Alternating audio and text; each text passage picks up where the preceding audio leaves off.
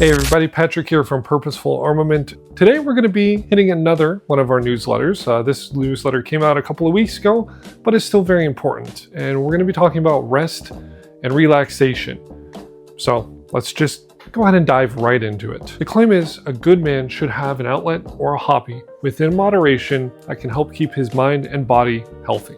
The purpose of this article, this video, this newsletter is to draw the line between rest and relaxation and how you should balance both of them. As the saying goes, all work and no play makes Jack a dull boy. Now this is a phrase that you would hear if you hung out with some of the older generation, and it's for good reason. These older men would see how much work the younger guys were putting into their jobs and how they would end up slacking on other aspects of their life because they were so worn out. And that message can be lost on a lot of us who want to see results immediately.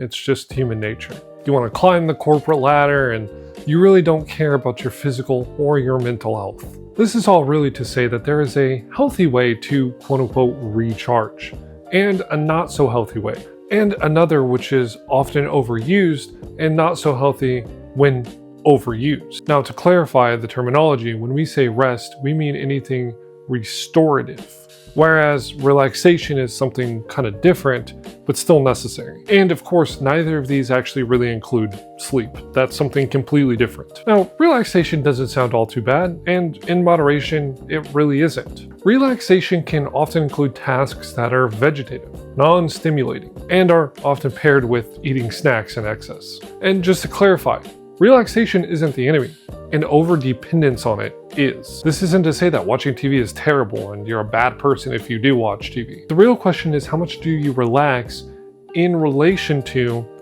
how much do you rest? So let's talk about restorative tasks, or rest tasks. To be honest, in simple terms, this is just a hobby. However, it has to meet certain criteria to be considered something restorative. And we have boiled down what we believe to be the simplest checkboxes to determine if the task is beneficial to the mind or body. Your signs of a good hobby are: do you have some sort of problem to solve? Is the problem low criticality? And are you able to apply cognitive solutions? So let's break down each and explain why they're important. Starting with, do you have a problem to solve? Jacob and I are both firm believers that humans were built to solve problems. Any and all sort, humans are problem solvers. By keeping your mind in the same groove as what is demanded by secular, personal, marital, spiritual work, you will keep your momentum productive. The problem you might have to solve is climbing a rock wall, or shooting long distance, running a marathon, or hiking, etc. Hobbies that have an end goal for you to meet. This is basically the definition of a problem to solve. Things that would not fit this category and not apply would be things like doom scrolling social media, unless it's PA, binge watching TV, or prolonged sitting or laying around. If your hobby has a tangible goal that can be met, you can check this box. Moving on to, is this problem low criticality? This one is probably the most important for the hobby to be considered restorative. Our jobs require us to be at the top of our game all the time. Mistakes in your career could mean you losing your job. That means there is some sort of stress involved. Your hobby should not stress you out. If you do not feel good after doing your hobby because you did not meet the end goal, then it might not be the right hobby. For example, Jacob loves long-range shooting, and he will oftentimes set a goal for himself before he leaves for the range in the morning. However, if he doesn't meet those goals, there's nothing that's going to come crashing down and obliterate him. He simply just has to do better next time. Your hobby should allow you to make mistakes and learn from them. That's like the best kind of hobby.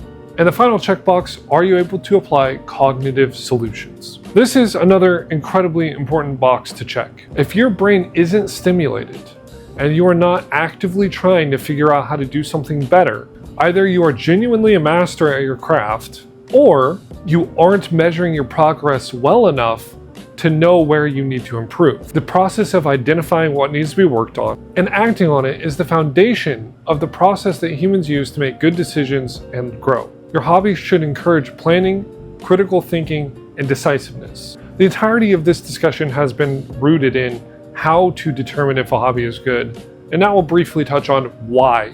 Quite simply, by keeping your brain active, by giving it tasks that aren't stressful and allowing mistakes, you can feel the simpler reward of dopamine from the task that you already enjoy.